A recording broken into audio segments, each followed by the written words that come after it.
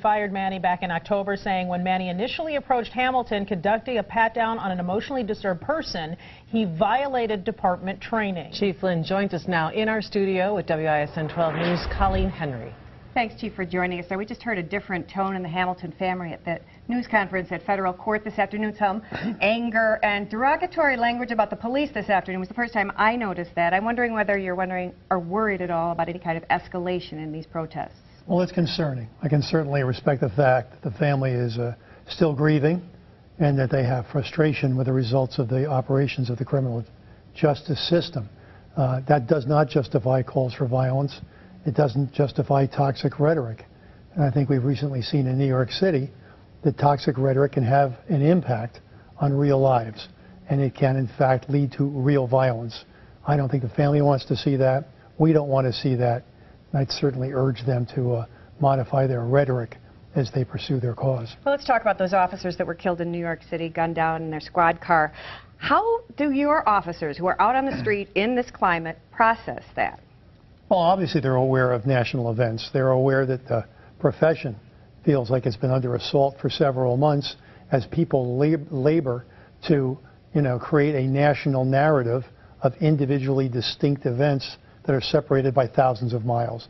So they're certainly aware of that. And they're certainly aware of the fact that the individual who murdered those 2 New York City police officers claimed to be doing it in revenge for the loss of other lives. So they're aware of that. But they also recognize that the communities in this city that need them the most are the most violent and disadvantaged. They've got to go there. They've got to answer those 911 calls. They've got to go to those, locations and place themselves at risk. And I've got no doubt that they're going to keep doing it, but obviously they're going to be looking over their shoulder. Well, one of the things that sort of ties all of these cases nationally together is this racial implication, this movement now, Black Lives Matter, and the notion among some in the community that perhaps because they're African American, they are treated differently by police officers. How do you regain the trust of that community? Well, first of all, I don't generalize about any community. If there's anything I know, that there are varieties of opinion within the African American community, just like there are in the so-called white community. There's a wide variety of opinions about the need to work with the police. The other thing I'll note is this. As I've said before, the greatest racial disparities nationally, as well as in Milwaukee, are African American lives being lost to homicidal violence. With 10% of the population of the country, they represent 50% of the homicide victims in this country. All right? With less than 40% of the population of Milwaukee, they represent 80% of our homicide victims and shooting victims. The people that live in those neighborhoods know they need their police and work with them. And we're sensitive to the fact that there appears to be a disparate impact of police violence. But against the broader narrative, I think it's wrong to try to draw conclusions about police attitudes towards the disadvantaged. Let's talk about tomorrow. We understand there's going to be another event tomorrow at 5 o'clock. As I said, the rhetoric has changed.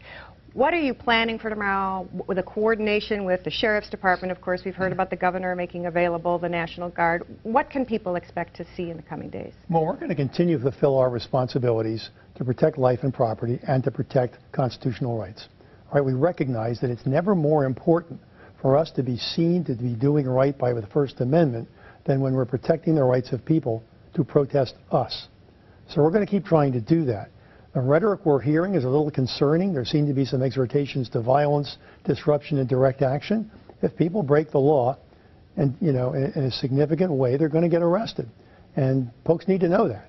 All right, we'll work with them to get them in places where they can safely advance their cause and put across their message. But if they break the law, if they engage in acts of vandalism, they engage in assaultive behavior, if they try to shut down the transportation network of this county, they're going to get locked up. All right. Thank you. Chief Lynn. Ladies.